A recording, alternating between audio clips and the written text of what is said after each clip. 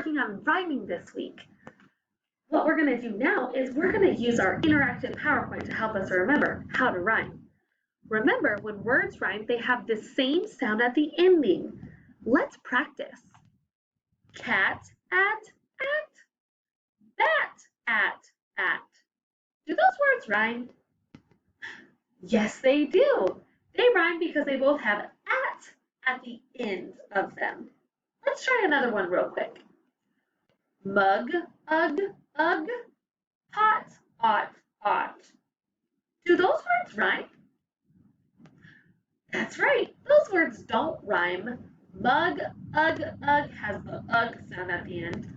Pot, ought has the ought sound at the end.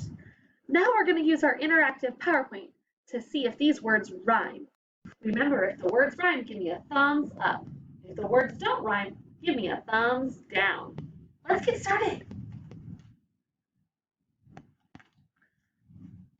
Hat, at, sub, ub. Do those words rhyme? Let's check our work. That's right, those words do not rhyme. Let's try another one. Run, un, mug, ugh.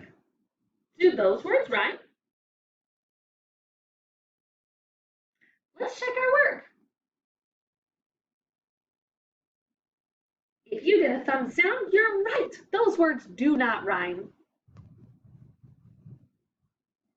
Red, ed, bed, ed. Do those words rhyme?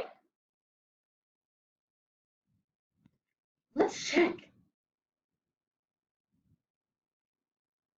If you gave me a thumbs up, you got it right. Red, bed, ed. Those words rhyme because they have ed at the end of them. Let's try one more. Jet, et, dog, og. Do those words rhyme? Let's check. If you give me a thumbs down, you're right. Those words do not rhyme. Jet, et, dog, og. They don't have the same sound at the end. Great job!